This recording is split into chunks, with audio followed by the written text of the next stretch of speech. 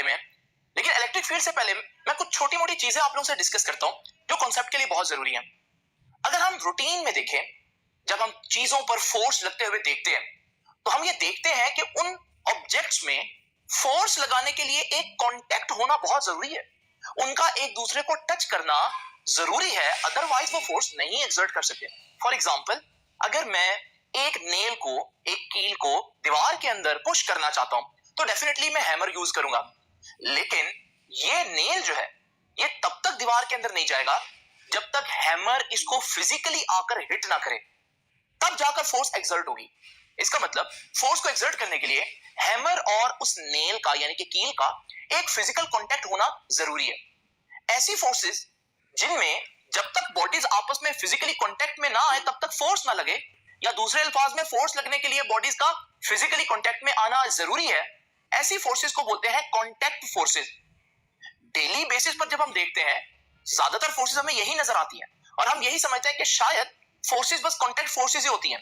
लेकिन स्टूडेंट्स, मैं आपका दूसरी तरफ भी ध्यान दिलाता चलूं, आपको मालूम है अगर एक ऑब्जेक्ट जो है वो जमीन से कुछ बुलंदी पर मौजूद है, आपको पता है कि इस वक्त ऑब्जेक्ट जमीन के साथ कांटेक्ट में नहीं है, जमीन उसको टच नहीं कर रही, लेकिन अगर इस ऑब्जेक्ट को छोड़ा जाए फिर भी आप देखेंगे जमीन इसको अपनी तरफ खींच लेगी।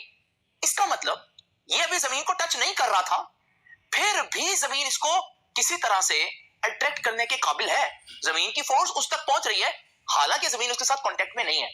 ऐसी फोर्स को बोलते हैं नॉन कांटेक्ट फोर्स, यानी कि ग्रेविटी का आप पर फोर्स लगाने के लिए आपका ग्रेविटी के साथ कांटेक्ट में होना जरूरी नहीं है, आप दूर भी होंगे फिर भी ग्रेविटी आपको अट्रैक्ट कर लेगी।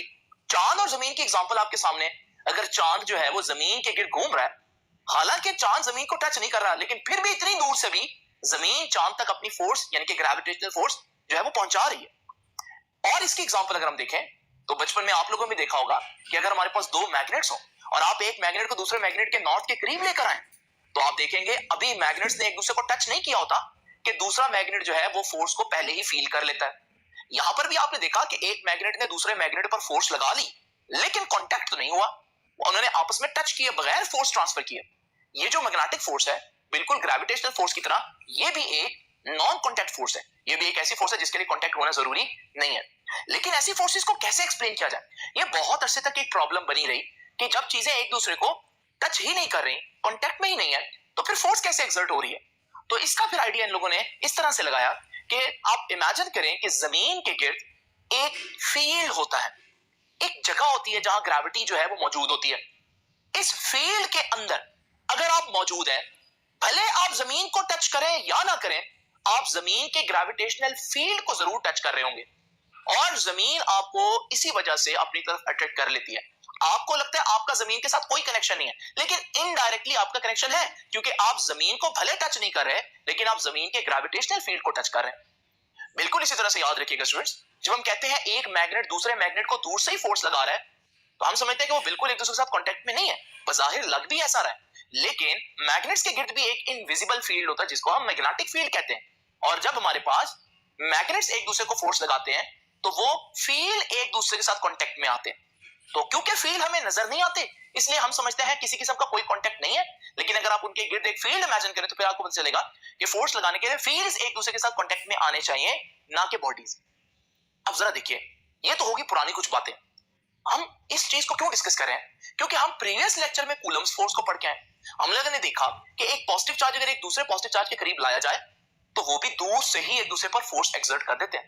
तो यहां पर भी आप देख रहे हैं ये एक नॉन कांटेक्ट फोर्स हुई, यानी कि चार्जेस का एक दूसरे पर फोर्स लगाने के लिए एक दूसरे को टच करना हरगिज जरूरी नहीं है, लेकिन फिर ये कैसे एक दूसरे पर फोर्स लगा सकते हैं विदाउट टचिंग ईच अदर, तो उसकी एक्सप्लेनेशन भी बिल्कुल वैसे ही देंगे कि चार्जेस के गिर्द भी इसका मतलब कोई एक फील्ड एग्जिस्ट करता है जो हमें दिखाई नहीं देता। जब चार्जेस एक दूसरे को रिपेल करते हैं तो हमें तो चार्जेस नजर आ रहे हैं, चार्जेस आपस में कांटेक्ट में नहीं है, लेकिन वो जो फील्ड्स हैं वो एक दूसरे के साथ कांटेक्ट में आ गए हैं, जिसकी वजह से वो चार्जेस एक दूसरे को रिपेल करने में कामयाब हो जाते हैं। तो स्टूडेंट्स, यानी कि हम यहां पर भी वही ग्रेविटी वाला सॉल्यूशन, वही मैग्नेट्स वाला सॉल्यूशन अप्लाई करेंगे और हम कहेंगे कि हर चार्ज के गिर्द एक फील्ड होता है, एक ऐसी जगह होती है जिसके अंदर अगर कोई दूसरा चार्ज आ जाए तो उसको रिपल्शन या अट्रैक्शन का सामना करना पड़ेगा, चाहे वो चार्ज को टच हो या ना हो। फील्ड में आ जाए तो वो फोर्स का सामना करना पड़ेगा उसको। तो स्टूडेंट्स ये है इलेक्ट्रिक फील्ड। जिस तरह ग्रेविटेशनल फील्ड है मैसेज के गिर्द, मैग्नेटिक फील्ड है मैग्नेट्स के गिर्द, बिल्कुल इस तरह से जो चार्ज के गिर्द जो फील्ड होती है उसे हम बोलते हैं इलेक्ट्रिक फील्ड। तो आइए जरा देखते हैं इसकी डेफिनेशन फिर किस तरह से करेंगे हम। तो what is an electric field? An electric field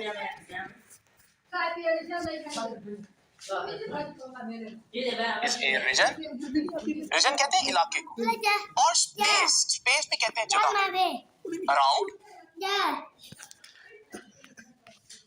an electric charge. यानी कि आसान अल्फाज में मैंने क्या लिखा, इलेक्ट्रिक फील्ड एक जगह होती है किसी भी चार्ज के गिर्द, लेकिन कैसी जगह होती है? ऐसी जगह जिसके अंदर कोई दूसरा चार्ज आए तो उसको अट्रैक्शन या रिपल्शन का सामना करना पड़ेगा। तो याद रखिएगा an electric field is an region और space around an electric charge in which, अगर उसके अंदर आ जाए, इन विच another charge can feel the effect of that charge। अगर आप किसी भी चार्ज के फील्ड में एंटर हो जाते हैं तो आप उसका असर महसूस करेंगे। कैसा असर महसूस करेंगे? या तो अट्रैक्शन या रिपल्शन। सेम चार्जेस हैं तो रिपल्शन होगी, ऑपोजिट चार्जेस है तो अट्रैक्शन होगी। ये चीजें तो हम पहले पढ़ चुके हैं। तो याद रखिएगा effect of that charge in the form of, किस शक्ल में? In the form of electrostatic force of attraction और रिपल्शन। ये है हमारे पास इलेक्ट्रिक फील्ड की definition. Now students electric field जो है, ये कॉन्सेप्ट जो है, ये किसने दिया था? चार्जेस के केस में ये कॉन्सेप्ट माइकल फैराडे ने दिया था। याद रखिएगा ग्रेविटी के केस में ये किसी और ने दिया था, न्यूटन ने दिया था। तो इसी तरह से चार्जेस के केस में किसने कहा था कि चार्जेस के गिर्द एक फील्ड होता है, कि इनविजिबल फील्ड होता है जिसको हम नहीं देख पाते? ये बात कही थी माइकल फैराडे ने, और ये आपकी बुक ने यहाँ पर मेंशन भी किया। तो मैं इसको नहीं लिख रहा, बस आप लोगों ने याद रखना है ये माइकल फैराडे का कॉन्सेप्ट था। स्टूडेंट्स मैं यहाँ पर डिस्कस करूंगा आप लोगों के साथ इस इलेक्ट्रिक फील्ड की कुछ बहुत इंपॉर्टेंट प्रॉपर्टीज जो आप लोगों ने हमेशा ज़हन में रखनी है। अब वो क्या प्रॉपर्टीज हैं? उनमें से कुछ बुक ने डिस्कस की हैं, कुछ नहीं की, लेकिन इस चैप्टर को समझने के लिए, कॉन्सेप्ट क्लियर करने के लिए आपको ये सारी प्रॉपर्टीज याद रखनी पड़ेंगी जो मैं भी आप लोगों को बता रहा हूं।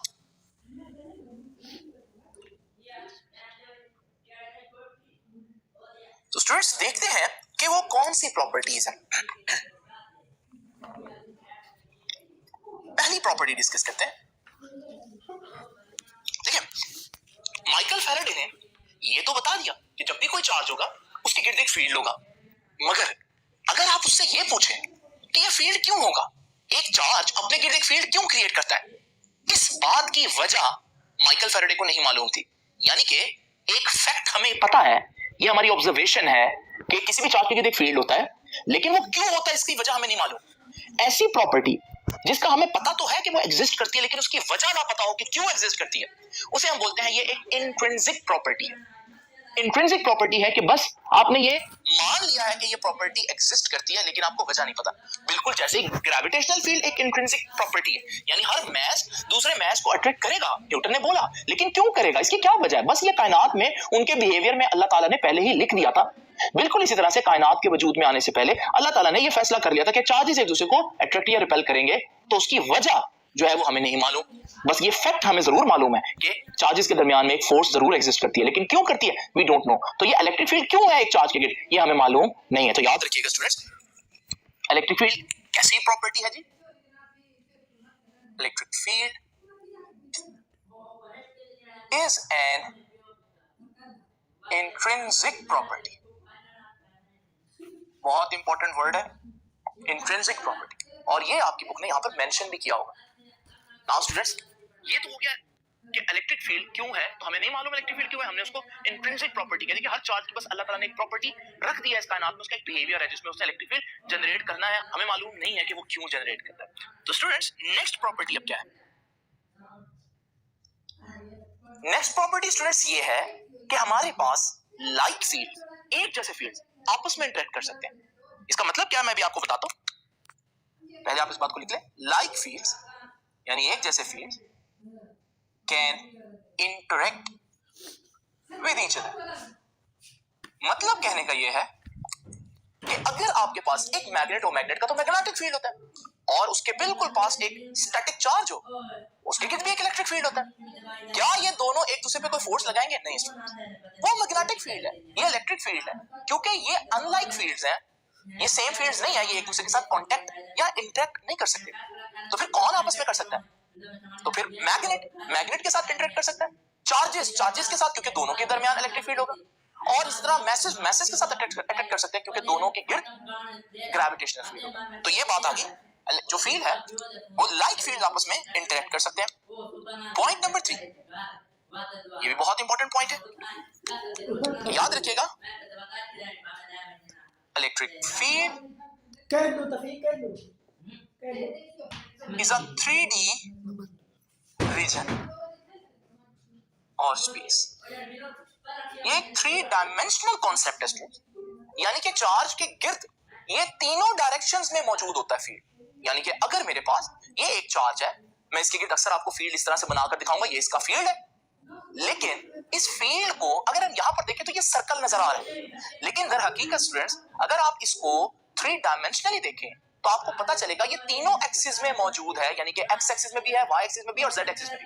तो ये जो सर्कल नजर आता है दर हकीकत ये एक स्फीयर है, अगर आप इसको घुमाकर देखें, यानी कि चार्ज के गिर्द ये जो फील्ड है ये हर डायरेक्शन में मौजूद होता है, हर डायरेक्शन में प्रोड्यूस किया जाता है चार्ज की तरफ से। उसके बाद स्टूडेंट्स नेक्स्ट पॉइंट,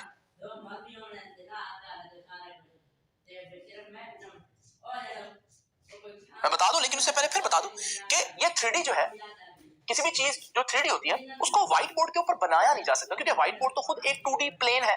इस वजह से अक्सर आप लोगों को जब इलेक्ट्रिक फील्ड बनाकर दिखाऊंगा तो वो सर्कल बनाऊंगा, लेकिन उससे मतलब मेरा सर्कल नहीं होगा, क्योंकि अगर आप वैसे देखेंगे 3D में तो वो एक स्फीयर होगा। ये 3D कॉन्सेप्ट है। अब नेक्स्ट कॉन्सेप्ट हमारे पास क्या है, याद रखिएगा, electric field never ends. Electric field कहीं खत्म नहीं होता। आप कहेंगे सर अभी आपने ये चार्ज बनाया और इसके गिर्द ये इलेक्ट्रिक फील्ड बनाया, तो ये जो आप हाईलाइट कर रहे हैं ये इलेक्ट्रिक फील्ड की बाउंड्री नहीं है। स्टूडेंट्स याद रखिएगा, क्योंकि मेरे पास लिमिटेड स्पेस है तो मुझे तो उसको कहीं ना कहीं खत्म करना है, लेकिन रियलिटी में अगर आप देखेंगे तो ये बाउंड्री कहीं भी एग्जिस्ट नहीं करती। फील्ड जो है वो इनफाइनाइट डिस्टेंस तक भी आपको मिलेगा। वो और बात है उसकी पावर या उसकी इंटेंसिटी उतनी ना हो, उसको मैं अभी डिस्कस करूंगा नेक्स्ट पॉइंट में।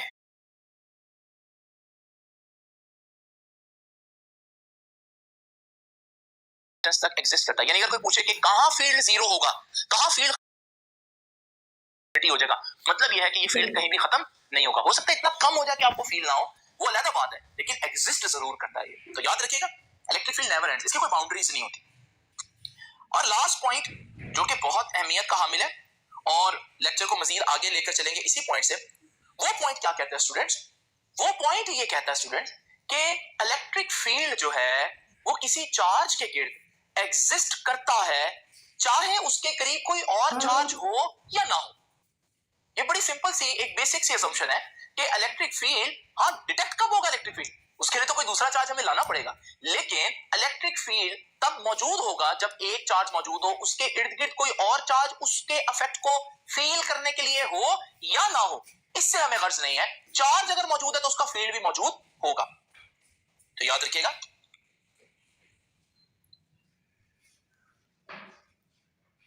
Electric field around a charge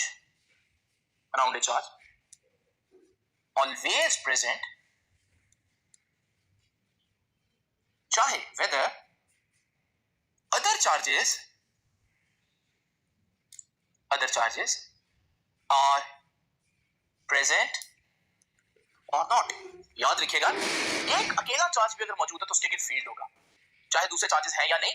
लेकिन आपको मालूम है अगर हमने उसके फील्ड को डिटेक्ट करना है तो फील्ड को डिटेक्ट जो है वो कोई और चार्ज आकर ही करेगा, कोई और चार्ज आकर ही बताएगा ना कि भाई इसके गिर्द फील्ड है, क्योंकि जब मैं इसके पास आया तो मुझे फोर्स लगी। तो डिटेक्शन के लिए दूसरा चार्ज होना जरूरी है, लेकिन एग्जिस्टेंस के लिए सिर्फ एक चार्ज भी हो तो उसका फील्ड मौजूद होगा।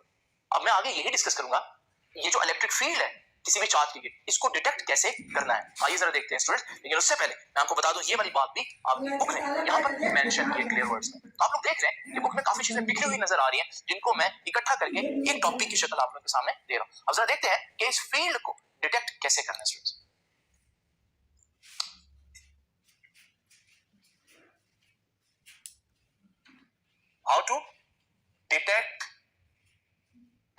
Electric field.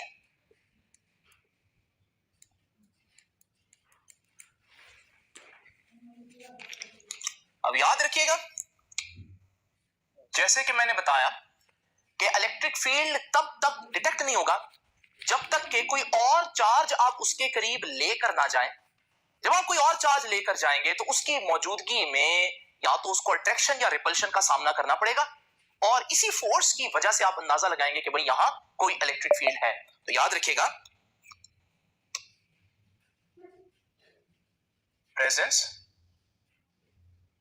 Of N electric field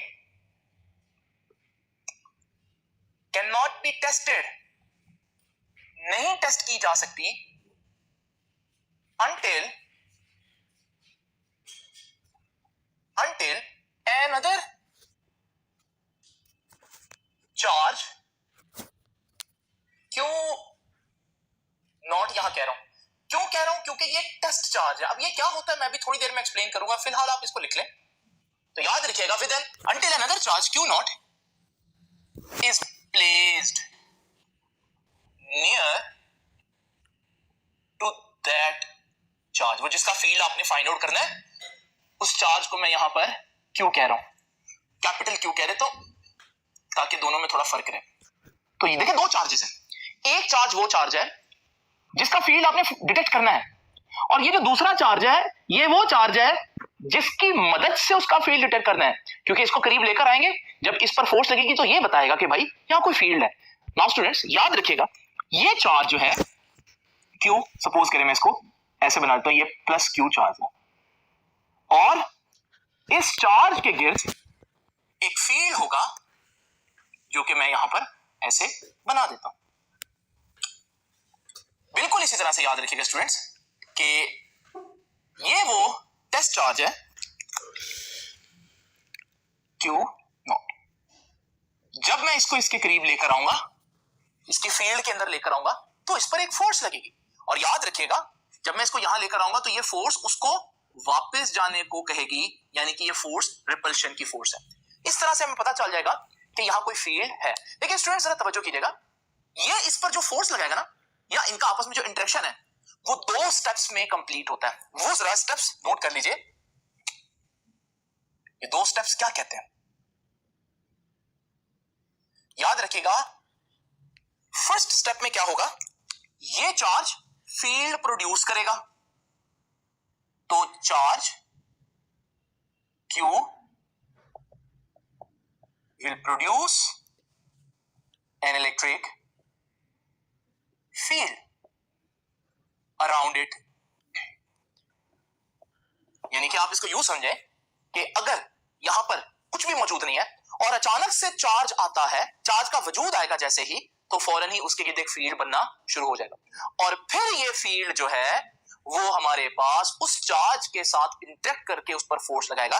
तो दूसरे स्टेप में आप देखेंगे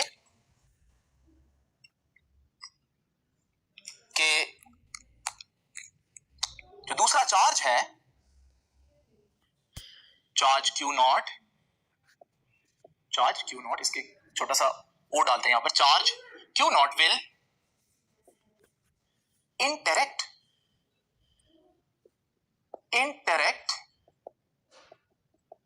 with the field of charge Q। तो पहले स्टेप में इसने फील्ड प्रोड्यूस किया, और जैसे इसका फील्ड इसको टच करेगा तो वो उस पर एक फोर्स लगाएगा, फिर ये इंटरेक्शन होगा। तो ये याद रखिएगा, जो इंटरेक्शन है ये दो स्टेप्स में कंप्लीट होता है, और ये दोनों स्टेप्स जो है यहाँ पर आपकी बुक ने भी डिस्कस किए हैं, बड़े ही छुपा के, तो मैंने अलग करके आप लोगों के सामने लिख दिया, क्योंकि शॉर्ट क्वेश्चन में अगर ये पूछे तो अक्सर बच्चों को पता ही नहीं होता कि ये चीज बुक में इवन मौजूद भी है या नहीं। नाउ स्टूडेंट्स, ये तो हो गया इलेक्ट्रिक फील्ड को डिटेक्ट करना। अब हम इलेक्ट्रिक फील्ड को मेजर करेंगे। इसका क्या मतलब है, तो ये था how to detect an electric field. अब मैं आपके सामने लिखने लगा हूं how to measure the strength of electric field।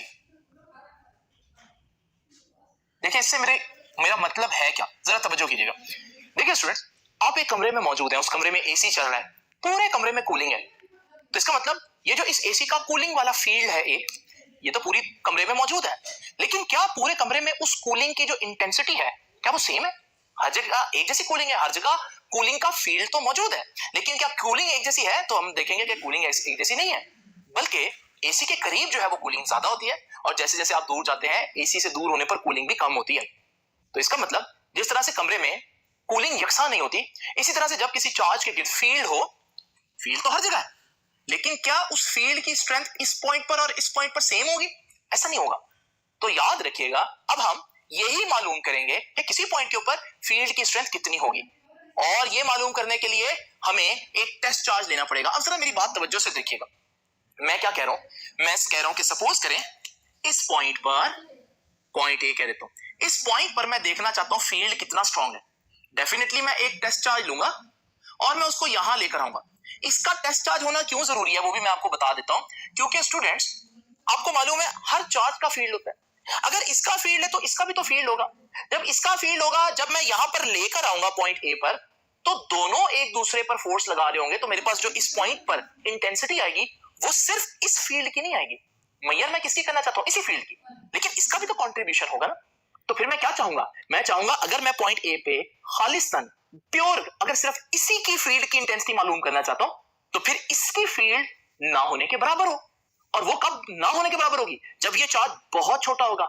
इसलिए इस चार्ज को हम टेस्ट चार्ज कहते हैं और क्यू नॉट से रिप्रेजेंट करते हैं। ये इतना छोटा होता है कि इसकी अपनी फील्ड ना होने के बराबर होती है। तो स्टूडेंट्स, अब कैसे मैं मालूम करूंगा कि कहां पर फील्ड की इंटेंसिटी कितनी ज्यादा है या कम है? स्ट्रेंथ कैसे मालूम करूंगा? बड़ा सिंपल तरीका है। अगर आपको मालूम है एक चार्ज है और उसके गिर्द जो है वो इलेक्ट्रिक फील्ड है, और मैं पॉइंट ए पर मालूम करना चाहता हूं कि यहां पर इलेक्ट्रिक फील्ड जो है मौजूद तो है, लेकिन कितनी स्ट्रेंथ होगी, मैं यहां पर एक चार्ज लेकर आऊंगा, टेस्ट चार्ज, और जैसे ही मैं इस टेस्ट चार्ज को छोड़ूंगा, मैं देखूंगा इस पर कितनी फोर्स लगेगी। उस फोर्स से मुझे अंदाजा होगा कि फील्ड कितना स्ट्रांग है। और अगर मैं पॉइंट बी पर फाइंड आउट करना चाहता हूं यहां फील्ड कितना स्ट्रांग है, तो मैं यहां पर भी एक टेस्ट चार्ज रखूंगा, और मैं देखूंगा टेस्ट चार्ज को जब मैं छोड़ूंगा तो उस पर कितनी फोर्स लगेगी, और मैं उससे अंदाजा लगाऊंगा कि यहां फील्ड कितना स्ट्रांग है। तो इसका मतलब इलेक्ट्रिक फील्ड की इंटेंसिटी कैसे फाइंड आउट की जा सकती है? अब ये इलेक्ट्रिक फील्ड नहीं है, अब जो मैं आर्टिकल पढ़ा रहा हूं वो इलेक्ट्रिक फील्ड इंटेंसिटी का कॉन्सेप्ट रखता है। तो इलेक्ट्रिक फील्ड इंटेंसिटी क्या होती है, स्ट्रेंथ क्या होती है? याद रखिएगा,